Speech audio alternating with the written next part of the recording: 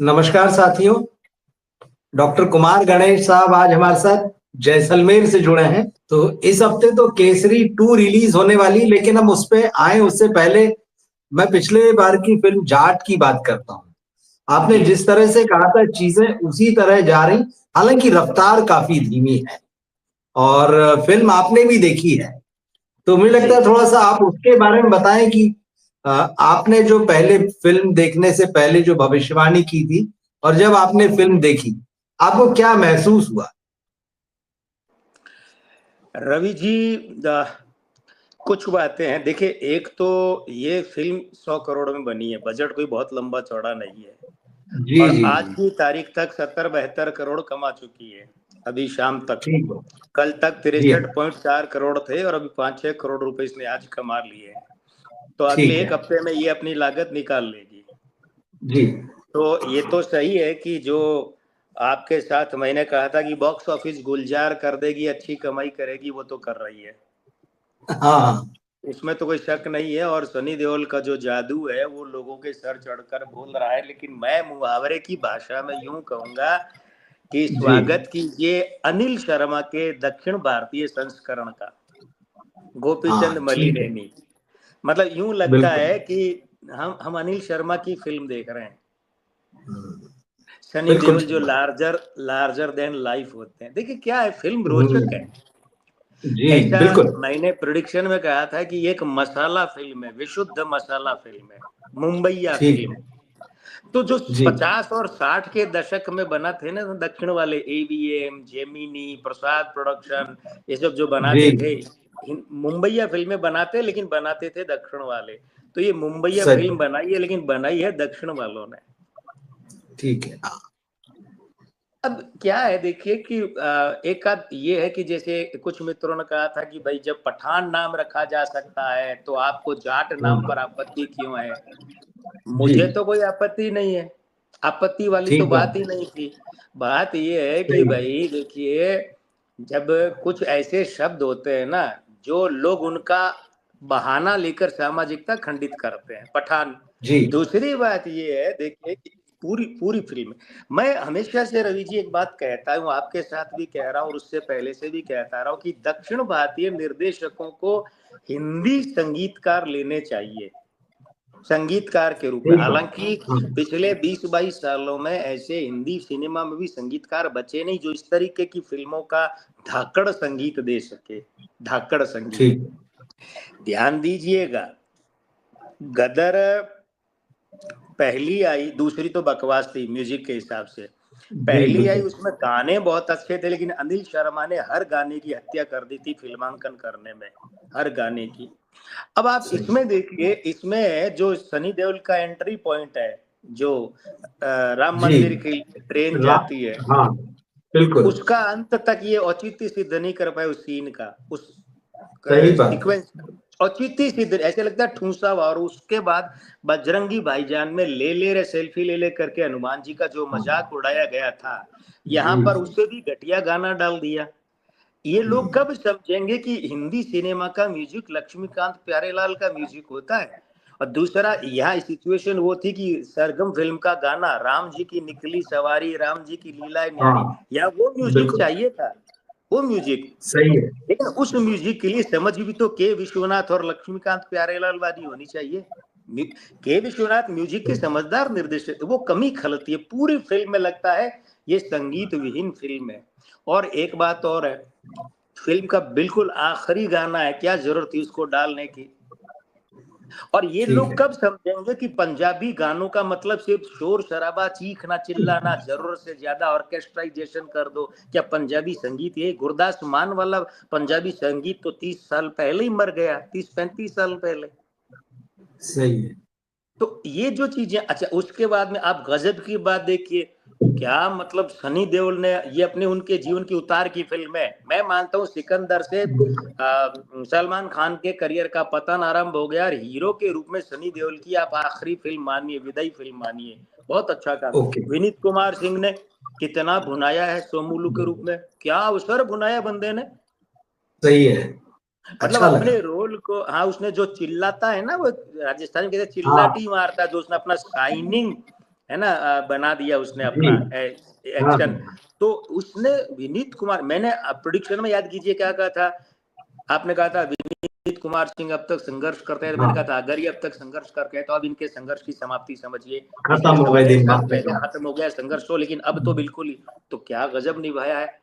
और ये बात मैं अपनी राय में सुधार करना चाहूंगा रणदीप हुड्डा के बारे में, लेकिन एक्टर के रूप जी। में, मतलब हीरो के रूप में नहीं, हाँ विलेन के रूप में जी। बहुत शानदार। जब मैं हीरो के रूप में, तो मैं इनकी हाँ राय के रूप में कोई तब्दीली नहीं करूंगा, हीरो के ये ठीक रोल है। के लायक नहीं है। लेकिन खलनायक हम्म, का रोल बहुत शिद्दत से निभाया है। और बिल्कुल। रणदीप हुड्डा ने, देखिए मैं थिएटर का आदमी हूँ, राइटर एक्टर हूँ थिएटर का। जी। थिएटर में हमारे ये उसूल है, जो फिल्मों में आपके भी होता है, आप भी फिल्मों के डायरेक्टर है, कि सामने वाला आदमी अगर आपको अच्छे अभिनय से टक्कर नहीं देता तो आप उभर ही नहीं सकते। हाँ, तो बिल्कुल सही रणदीप चीज। हुड्डा के कारण सनी देओल इतने उभरे कि रणदीप सही। हुड्डा ने, तो ये बहुत प्यारी कास्टिंग थी। और मैं समझता हूँ सयामी खेर जैसों को फिल्म में, किसी भी फिल्म में पुलिस वालों की भूमिका मिलनी नहीं चाहिए। 2-3 कारण है। ठीक बात। देखिए, पुलिस जी। वालों की भूमिका में चेहरे पर मंगल होना चाहिए, इनके नथुने फटे हुए हैं, पहली बात तो। ओके। जी। नथुने फटे हुए हैं और आंखें फटी हुई हैं। फटे नथुनों वाले लोग कभी भी पुलिस की भूमिका में सफल नहीं हो सकते, चाहे पुलिस में भूमिका, चाहे वो महिला के रूप में हो चाहे पुरुष के रूप में। अब जगदीश राज और इफ्तिकार से लेकर राज। के महिलाओं, याद होगा सिंघम, अगेन में मैंने जी। कहा था कि ये दीपिका पादुकोण मिसफिट है, लेकिन श्वेता तिवारी का रोल बढ़िया है और बड़ा होना चाहिए था। बिल्कुल। तो ये हाँ। कारण वही है, दीपिका पादुकोण के नथुने फटे हैं, श्वेता तिवारी के अंदर की तरफ दबे हैं, मंझे हुए, मजबूत है। तो सयामी खैर का मैं समझता हूँ कि ये उनकी मिसकास्टिंग थी। म्यूजिक तो बहुत निराश करता है।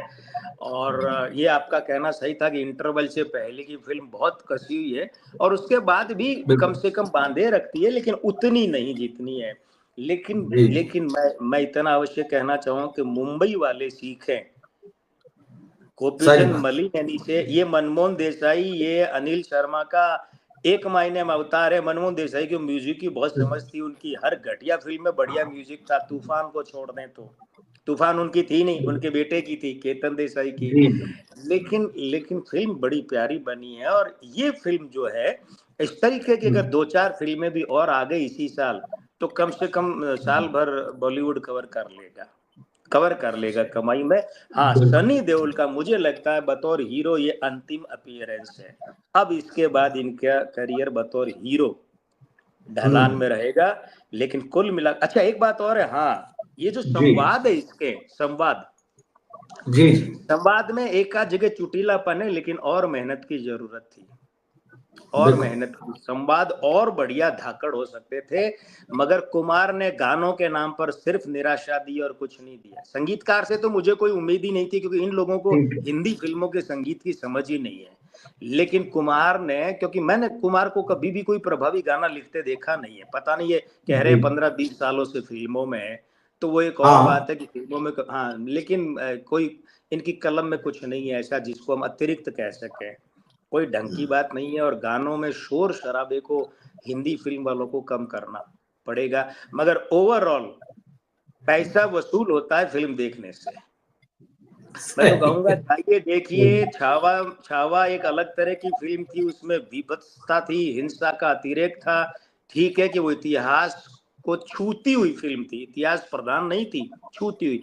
मगर ये फिल्म विशुद्ध मुंबईया, भाई अब वो B grade, C grade, A grade, वो आप अपनी इच्छा से दीजिए, ग्रेड आपके सही। हवाले में। एक दर्शक ने लिखा ये बी ग्रेड फिल्म, वो आप सही। देते रहिए, लेकिन ये विशुद्ध हाँ। मुंबईया मसाला फिल्म है, जिसे विशुद्ध मुंबईया मनोरंजन चाहिए, बिल्कुल। वो देखें, और उसका पैसा तो वसूल नहीं जाएगा फिजूल।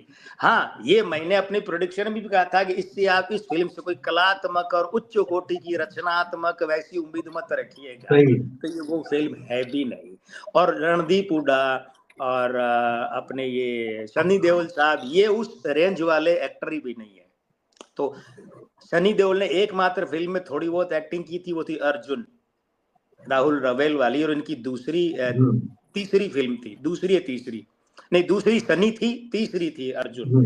बाकी तो ये उस रेंज के है नहीं है, पर मसाला फिल्म बड़ी प्यारी है। अच्छा लगता दामिनी है। में भी उन्होंने अच्छा काम किया था वैसे, और याद दामिनी किए के जाते हैं लिए, उसके हाँ, लिए। दामिनी के लिए जो काम निकलवाया था, वो काम आर्ट संतोष। फिल्म टाइप काम निकलवाया, और वो निकलवाया था, संतोषी को क्रेडिट जाएगा, सही। घायल का हाँ। जाएगा। घायल का देखिए क्या होता है, एक्टर जो होता है ना, वो बहुत अच्छा कर लेता है, लेकिन उससे करवाने वाला भी चाहिए। जैसे अभी मैंने कहा ना, के जी। विश्वनाथ संगीत की बहुत समझ रखते थे, मनमोहन देसाई। अब इनकी किसी भी फिल्म को उठाओ, म्यूजिक आपको बहुत बढ़िया मिलेगा। तो संगीतकार तो वही थे, दूसरों को या फ्लॉप देते थे, लेकिन ये काम निकलवाना जानते थे ना, काम करवाना भी तो डायरेक्टर। असल में क्या होता है कि मैं समझता हूँ कि सिकंदर की महाबकवास के बाद में कम से कम जाट फिल्म जो है, ये हिंदी सिनेमा पर भयंकर गर्मी, जैसे अभी मैं जैसलमेर 46 डिग्री आज की गर्मी है, तो अच्छा। इसमें ये बरसाती छींटे हैं जो सुकून देते हैं। बाकी ज्यादा कलात्मकता और ए ग्रेड वगैरह वो उम्मीद मत रखिए। वो न तो ये वो कलाकार हैं, और डायरेक्टर भी वो नहीं है भाई। डायरेक्टर संतोषी बिल्कुल। होते तो सनी देओल कुछ और भी कर देते।